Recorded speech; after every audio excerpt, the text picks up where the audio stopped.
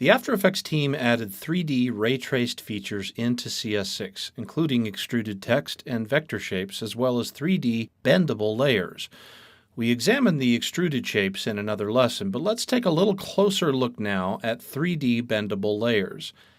Any pixel layer, whether an image or a nested composition, can become 3D and bendy.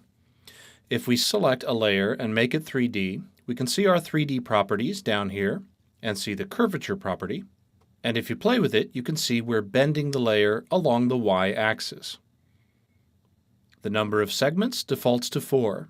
You can set this as low as 2 if you want to just fold your layer, or you can set it as high as 256 to generate a really smooth curve, although a smaller value will generally accomplish that and be a little faster to work with. If you need to curve your layer along a different axis, for example, the x-axis, you need to take a couple of extra steps. The first is to rotate the layer itself by 90 degrees. And the second is to rotate the contents of the layer back to compensate. The easiest way to do that is with the transform effect applied to the layer.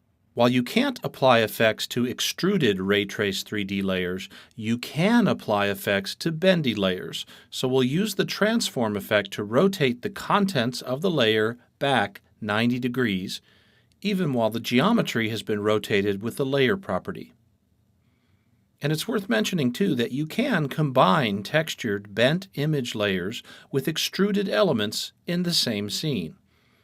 This can allow you to create some nice hybrid results where the extruded features allow you to define the outside of a shape, while the textured layer allows you to fill your object with a texture, and even apply a little bit of bend to the texture to create some more visual interest.